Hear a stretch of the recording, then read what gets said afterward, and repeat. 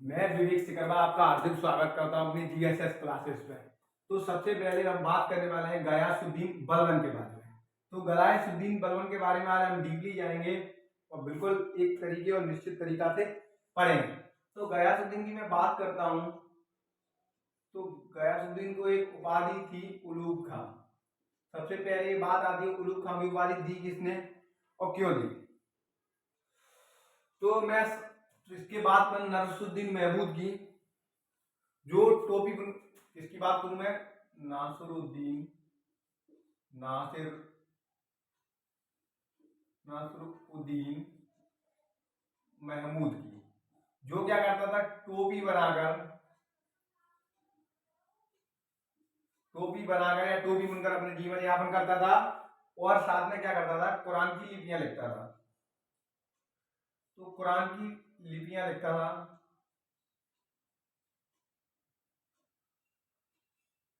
कुरान की लिपियां लिखता था। तो इसने क्या किया, इसने अपनी पुत्री की शादी इससे करा दी उलूग खां से। तो उलूग खां बोले तो उलूग खां का रियल नाम क्या है, बलबन। इसकी पुत्री से शादी कराता है अपनी पुत्री से। तो इसका एक तरीके से देखा जाए तो ये कौन हो जाता है, ये दामाद हो जाता है। कौन हो जाता है बच्चों लोगों, ये दामाद हो जाता है। और उसे इसे कहां का झांसी का सूबेदार बना दिया जाता है।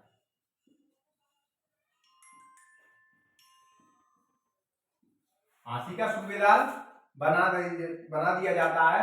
और ये नसरुद्दीन महमूद ही, इसे मैं ब्लैक बोर्ड पे डाल दूंगा। नसरुद्दीन महमूद ही इसे क्या करता है, इसे उलूग खां की उपाधि दे देता है। उलूग खां की उपाधि देने के बाद होता क्या है, अब मैं इसके बिल्कुल सही सटीक और विवरण पे आता हूँ। उलूग खां के बारे में सारी जीवानी जान ली आपने। इसे मैं साफ करता हूँ बिल्कुल तरीके से। आज हम बिल्कुल डीपली जाएंगे, कोई दिक्कत नहीं है। तो सबसे पहले देखा जाए तो एक कौन सा था, और इससे मैं 1266 से 1287 शासनकाल का, बल्कि 20 साल पहले से ये अपना शासनकाल व्यतीत कर रहा था, क्योंकि नसरुद्दीन महमूद का दामाद था और ये झांसी का सूबेदार था। अब यहाँ से हम बात करते हैं इसी के बारे में। तो इसे बचपन का नाम था इसका, बचपन का नाम बाहुद्दीन। क्या था, बाहुद्दीन। बचपन का नाम मैं इसी तरह साफ करता हूँ। बचपन का नाम क्या था, बाहुद्दीन। तो सर्वप्रथम बचपन में होता क्या है, इसे मंगोल उठा ले जाते हैं। कौन, मंगोल। रुको साफ करता हूँ इसे मैं दोबारा। इतना क्या हो गया भाई, मार्ग से चल नहीं रहा है। रुको इसे मैं साफ करता हूँ।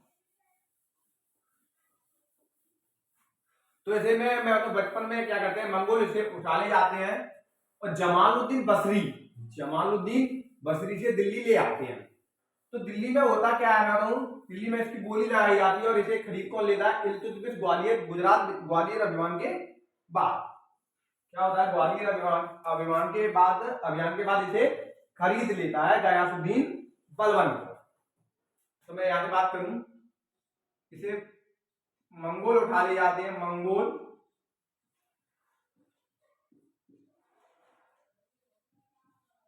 मंगोल उठा ले जाते हैं और इसे दिल्ली कौन लेके आता है, जमालुद्दीन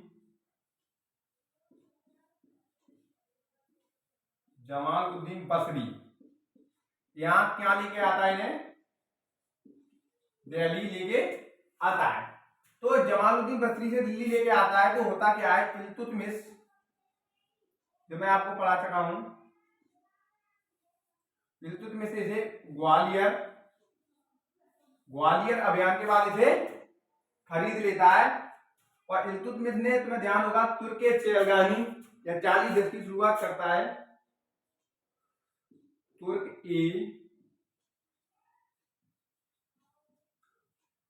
ए चहलगामी की शुरुआत करता है, जिसका एक सदस्य होता है।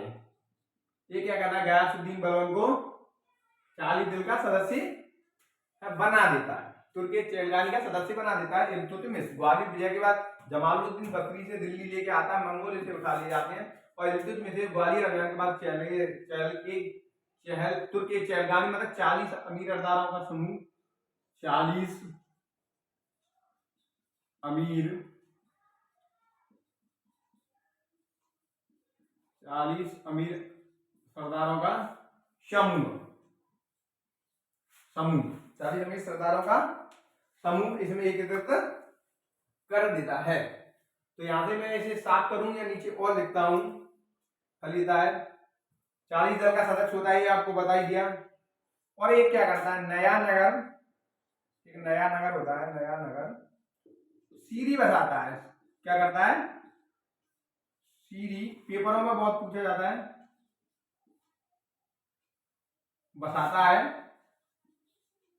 और इसी को अपनी राजधानी बना लेता है। तो मैं इसको साफ करूं, अगले चैप्टर की ओर चलता हूं, अगली बातों की ओर चलता हूं।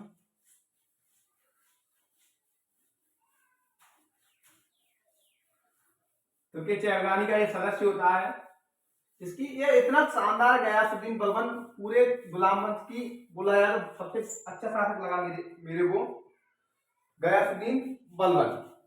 अब गयासुद्दीन बलबन की और मैं बात करूं तो सबसे पहले मैं बात करता हूं इसके बैराम शाह की। बैराम शाह, ये बैराम शाह कौन है, रजिया सुल्तान का भाई बैराम शाह। फिर उसके बाद मैं बात करूं मसूद शाह, ये भी कौन है, इसका पुत्र। उसके बाद मैं बात करूं महमूद की, रुकुद्दीन महमूद, तो ये आमिर आकुर होता है, आमिर आकुर, आमिर मुवालिद होता है,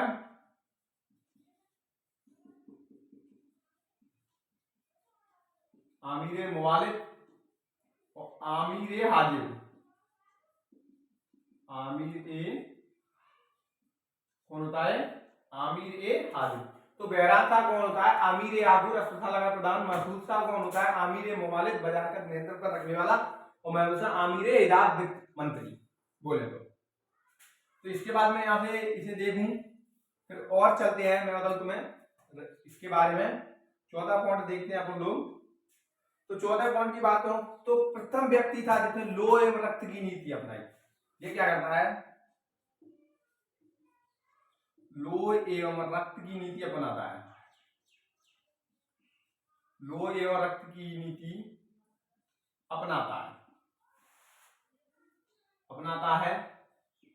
मैं बताऊं वहां पे हुआ क्या था, लो एवं रक्त की नीति अपनाने का एक कारण था गयासुद्दीन बलबन का अपना। तो बोला जाए कि ये वहां पे एक बात बलिन करके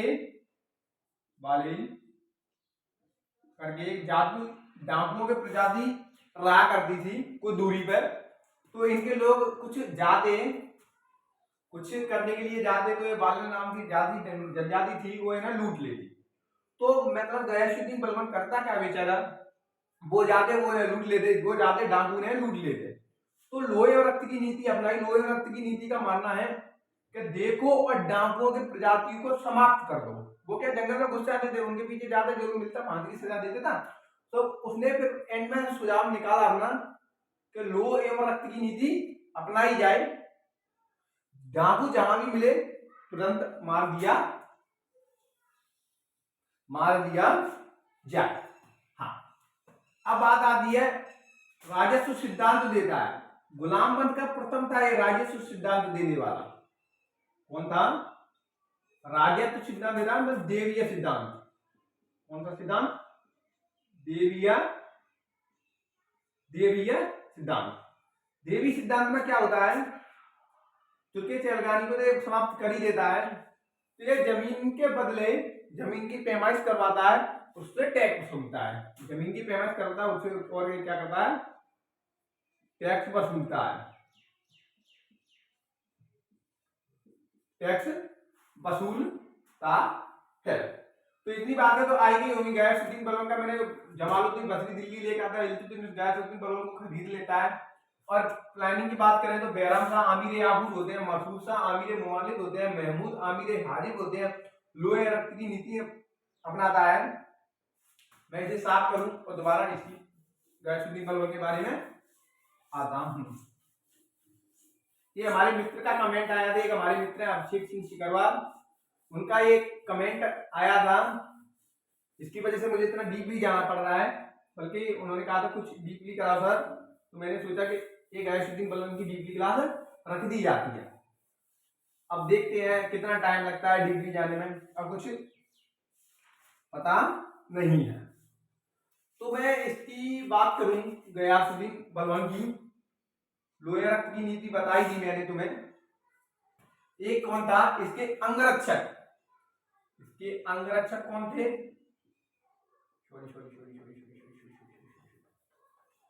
अंगरक्षक की बात करें, अंगरक्षक थे अफ्रीकी, क्योंकि अफगानिस्तान के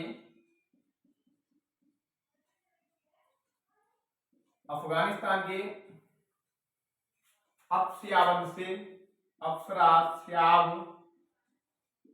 वंश से संबंधित था। कौन से वंश से? अफगानिस्तान के अफस्याब वंश से संबंधित था। अंगरक्षक कौन थे इनके? अफ्रीकी थे। और इसका एक अच्छा सा स्रोत मैं बताऊं, ये हमेशा शांत रहता था। कैसा रहता था? शांत रहता था, चाहे सुख हो और चाहे दुख हो। तो ये अब तुमको बताइए, अफगानिस्तान था तो अफगान से क्या करता है? नवरोज तोवाल लेके आता है, नवरोज तोवार करता है, सिद्धा एवं पैवोस की सिद्धा एवं पैवोस, सिद्धा एवं पैवोस की प्रथा को शुरू करता है और तालियां निकलवाना शुरू कर देता है। और क्या करता है? तालियां निकलवाना शुरू कर देता है, तालियां निकलवाना शुरू कर देता है। और ये निवास क्या करता है? मैं शांति रहता था, और ये लाल महल में निवास करता है। कहां पर निवास करता है? लाल महल में। यहाँ पे ये क्या करेंगे? अलाउद्दीन खिलजी यहाँ पे अपना राज्याभिषेक करवाएंगे। मैं साफ करता हूँ इसे, फिर मैं दोबारा चलता हूँ दूसरी बारी में। क्या करूं भाई, बहुत है गयासुद्दीन बलबन अपने आप में, टाइम तो लगेगा ही। हाँ, यहां से मैं आपको एक और फैक्ट बताऊं, तो रक्त पिपासु कहा जा रहा था, रक्त पिपासु। रक्त पिपासु मतलब जानते हैं? रक्त पिपासु जो रक्त को पीने वाला, रक्त पिपासु। ऐसा डाकुओं का कहना था और जनता का कहना था, क्योंकि ये कोई किसी को बख्शता नहीं था और किसी को भी नहीं बख्शता था। इतने इसमें एक डिसिप्लिन के साथ और बहुत अच्छे तरीके से अपने राज्य को चला रहा था। तो मैं इसकी बात करूं रक्त पिपासु, और एक बात करूं अमीर खुसरो। अमीर खुसरो बहुत शानदार रहे हैं। इनके गुरु का नाम मैं बता दूं तुम्हें, गुरु का नाम तो हजरत निजामुद्दीन, हजरत निजामुद्दीन औलिया। हजरत निजामुद्दीन औलिया इनके गुरु का नाम रहता है। अमीर खुसरो के गुरु का नाम हजरत निजामुद्दीन औलिया रहता है। हजरत निजामुद्दीन औलिया की बात करें तो सबसे अच्छे संत माने जाते हैं, और इनकी टक्कर गयासुद्दीन बलबन से, वो गयासुद्दीन तुगलक से हो जाती है। तो उनका पुत्र रहता है जूना खान, जिसे एमबीटी बोला जाता है। लकड़ी के महल में गिरकर इनकी मृत्यु हो जाती है या करवा दी जाती है, इनका कोई इफेक्ट अभी है नहीं। तो मैं यहाँ से बात करूं सैन्य विभाग की, इसकी सैन्य विभाग की। तो सैन्य विभाग को इनके यहाँ क्या बोला जाता है? हैवान। क्या बोला जाता था? हैवान।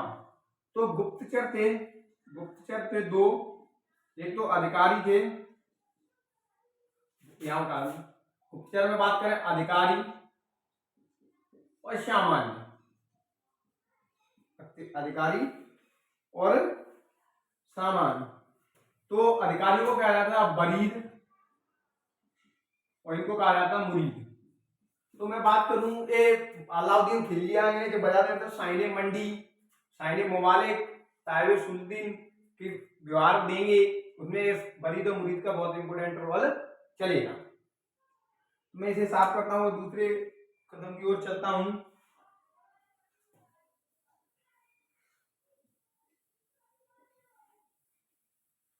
तो मैं एक बात बताऊं, बंगाल के नवाब होते हैं, इनके युद्ध की बात करें, बंगाल के नवाब होते हैं, बंगाल के नवाब, बंगाल के नाम रहता है तुगरेल खान। मैं जरा इसे साफ करता हूं फिर उसे लाइक करता हूं। बात करूं इसकी, नाम रहता है तुगरेल खान। तो तुगरेल खान क्या करते हैं मैं बताऊं तुम्हें, अवध के नवाब को मार डालते हैं। अवध के नवाब रहते हैं आमीन खान, वो रहते हैं आमीन खान, तो इसे मार डालते हैं। उसके बाद मैं बताऊं, आमीन का मार डालते हैं, मुकद्दर को मार डालते हैं, तो इसे आमीर ए ममालिक, इसे क्या होता है बताऊं, आमीर ए ममालिक का पद दे दिया जाता है, आमीर ए ममालिक का पद दे दिया जाता है। बाद में इसे क्या करता है गयासुद्दीन बलबन ही इसे मार डालता है, मार डालता है। मार डालने के बाद क्या होता है मैं बताऊं, ये स्वयं को ही जिन्ने इलाही कहने लगता है, ये स्वयं को ही जिल्ले इलाही, स्वयं को ही जिल्ले इलाही कहने लगा। तो जिल्ले इलाही की बात करूं मैं, तो जिल्ले इलाही के ऊपर मैं बात करूं तो जिल्ले इलाही का मतलब होता है कि ईश्वर के द्वारा भेजा गया प्रतिनिधि, ईश्वर के द्वारा भेजा गया प्रतिनिधि। मतलब तुम मेरा सम्मान नहीं करोगे तो एक तरह से बोला जाए तो ईश्वर का अनादर होगा या अल्लाह का अनादर होगा। इसे जिल्ले एवं रक्त पिपासु कहा जाता था, क्योंकि इसने इसीलिए ना सीधा पैरों की प्रथा शुरू करवाई थी, उठने के बाद लेटना और पैरों को चूमना, हम लोग को लेट के सामान और पैरों को चूमना। यहां से मैं बात करूं, अब इसकी मैं बात करूं तो अंतिम शासक और बता देता हूं, अंतिम शासक महमूद, एक वो तुम्हें बताया था मैंने महमूद, ये क्या होता है महमूद और बुगरा खान, दो बहुत इंपोर्टेंट लोग हैं। बुगरा खान कौन है, बुगरा खान, ये बुगरा खान कौन था, ये मैं तुम्हें बताऊं, बंगाल के नवाब थे शायद, बंगाल का गवर्नर था, हाँ बंगाल का नवाब या बंगाल गवर्नर था। और मैं महमूद की बात करूं तो पुत्र थे इनके गयासुद्दीन, मतलब एक पुत्र महमूद और ये बुगरा खान कौन है, ये बलबन के पुत्र हैं। कौन है, ये बलबन के पुत्र हैं महमूद और बुगरा खान। ये पंजाब में मंगोल द्वारा मारा दिया जाता है। पंजाब में क्या होता है कि लड़ाई होती है पंजाब में और मंगोलों के द्वारा मार दिया जाता है। और सबसे पहले गुलामत के सबसे लास्ट शासक की मैं बात करूं तो इसका नाम है कैमूस, शमसुद्दीन कैमूस। और कैकुबाद की बात करूं मैं, इससे पहला कैकुबाद है, कैकुबाद का क्या होता है, लकवा के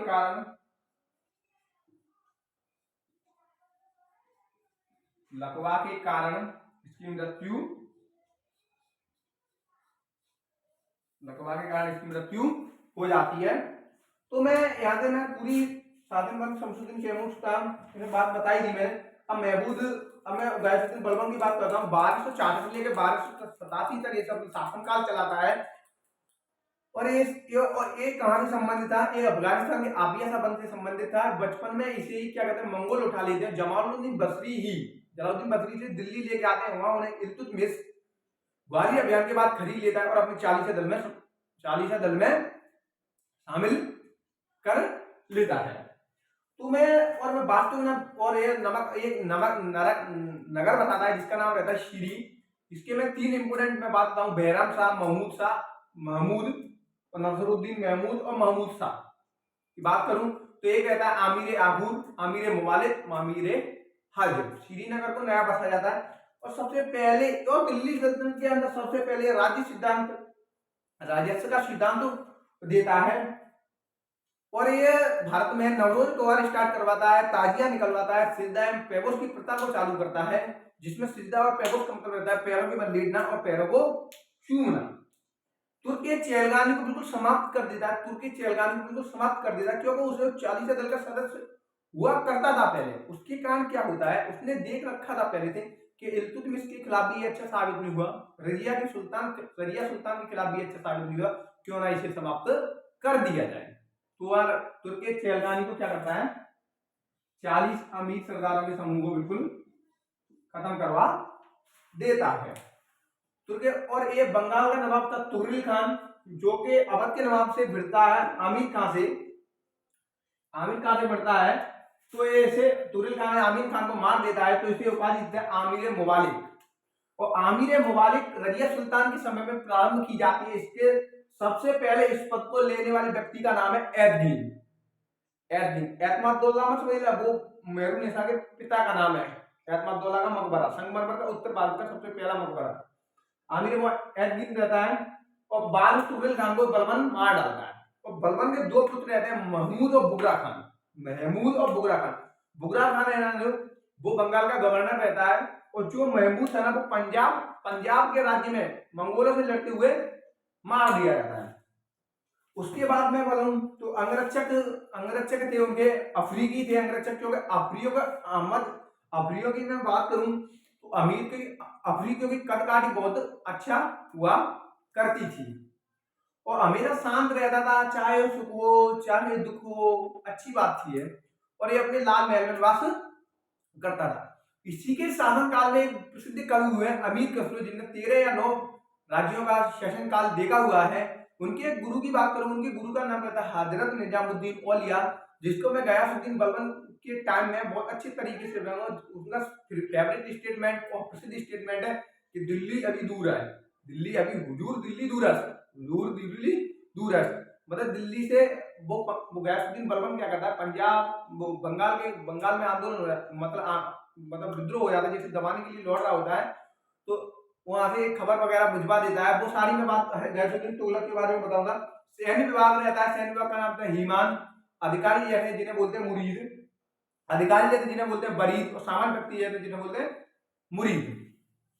इसे रक्त प्रपात कहा जाता है। लोह रक्त की नीति अपनाई थी कैबूबाद। इसके बाद में कैबूबाद की बात करूं तो वो लंबा के कारण बन जाता है। शमसुद्दीन कैमूर गुलाम वंश का अंतिम शासक होता है, जो उसकी मृत्यु हो जाती है। गाजी उसकी उपाधि कर देता है, गाजी उसकी मतलब उपाधि कर देता है। जलालुद्दीन खिलजी उसकी मृत्यु कर देता है। जलालुद्दीन खिलजी के बारे में आपको बाद में बताऊंगा, वीडियो काफी लंबी हो रही है, तो चैनल को लाइक और सब्सक्राइब और शेयर करना ना भूलें। विशेष करके मेरे एक दोस्त हैं, उनका नाम है अभिषेक शिकरवार,